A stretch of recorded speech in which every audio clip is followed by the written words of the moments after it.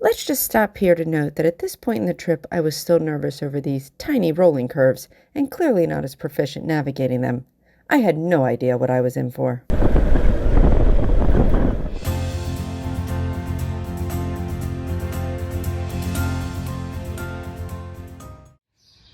Hello, we have made it to Israel. We are on our way to breakfast now, and then we have to drive up to Netanya to pick up the motorcycles we're renting. So let's go. There are so many cats around here. Look at all these little kitty kitties. Hi, kitty kitty. Hi. Hi, kitty kitty. Oh, hello, you're a nice kitty. Finding breakfast.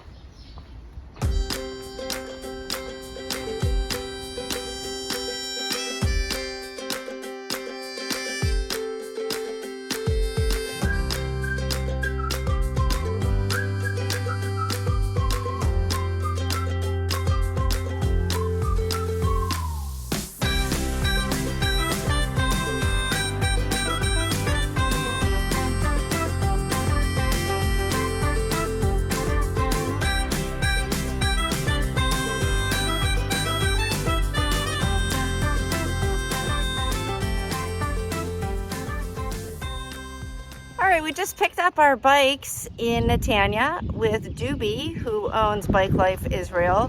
He runs tour groups around here, and he is great, very helpful, gave us a bunch of routes. So if you ever happen to be in Israel, definitely check out Doobie with Bike Life Israel. I'll be on a manual Honda NC750, which has a wet weight of 472 pounds. All right, so we are on the road to Masada. Plan is to get there tonight and spend the night because we're going to be getting up before sunrise to hike the snake path in the morning. And my GoPro, I had forgotten to put my SD card in earlier, and we missed all the traffic that I maneuvered through, which I was pretty proud of myself since I'm a newer rider. I've only been riding a year, for those of you new to my channel.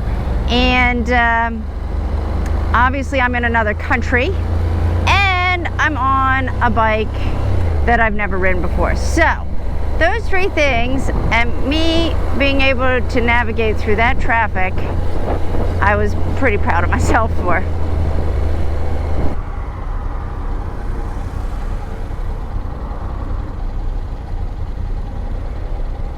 So in Israel, you're allowed to do lane splitting, and you can even drive on the sidewalks.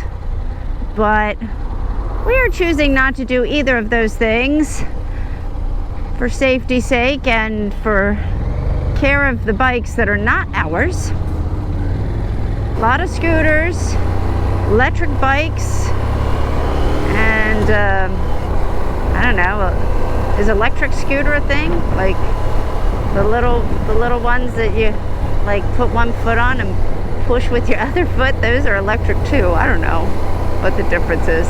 Anyway, lots of them here.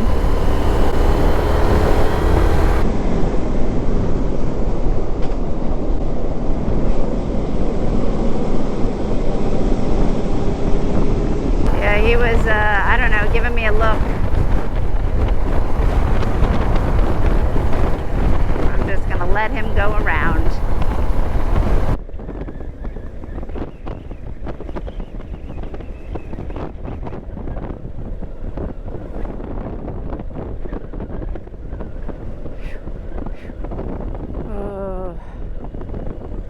Let's just stop here to note that at this point in the trip I was still nervous over these tiny rolling curves and clearly not as proficient navigating them. I had no idea what I was in for.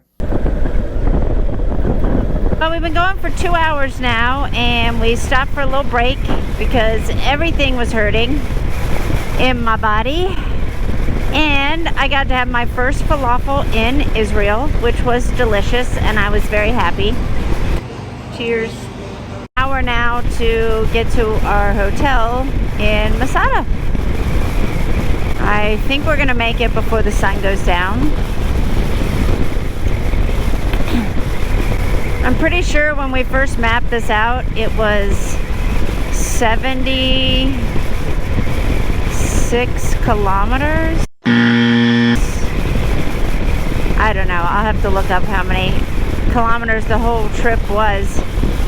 All I know is it didn't sound like much, but since the max speed limit in Israel on the roads we're taking is like 70 kilometers. Mind you, I am going over that now.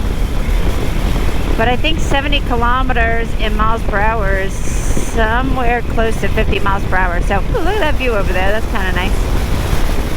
Anyway, everything takes a little longer because the speed is a lot slower. I'm not sure why that guy was honking. I don't know, but I have to say this is the first nice views, really nice views, the whole trip. I'm also happy to report that prior to this trip, I know it seems silly, but I really did not enjoy going over 55 miles an hour. The wind made me feel very uncomfortable, like I was blowing off the road. I'm pretty sure that 80 kilometers is not far from that, but I don't feel all nervous and stressed out now. So clearly I'm getting better. So what do I think of drivers in Israel? Everybody just seems to pass you if they don't want to be behind you. Not many people have been super obnoxious about riding your tail like they do in the United States. And I only had one person in a work truck kind of give me a nasty look because I guess I wasn't going fast enough. But for the most part, it's a lot less stressful than the United States. I mean, even when you're in the city and there's like cars moving everywhere, I think they're just more accustomed to motorcycles and scooters like zipping all around. So they're more conscientious of watching for them. I mean, in fact, at one point I was trying to move over and a truck moved into the other lane to let me get into that lane, and then he got back in the right-hand lane and exited off the highway. So I thought that was really nice that a car was helping me out.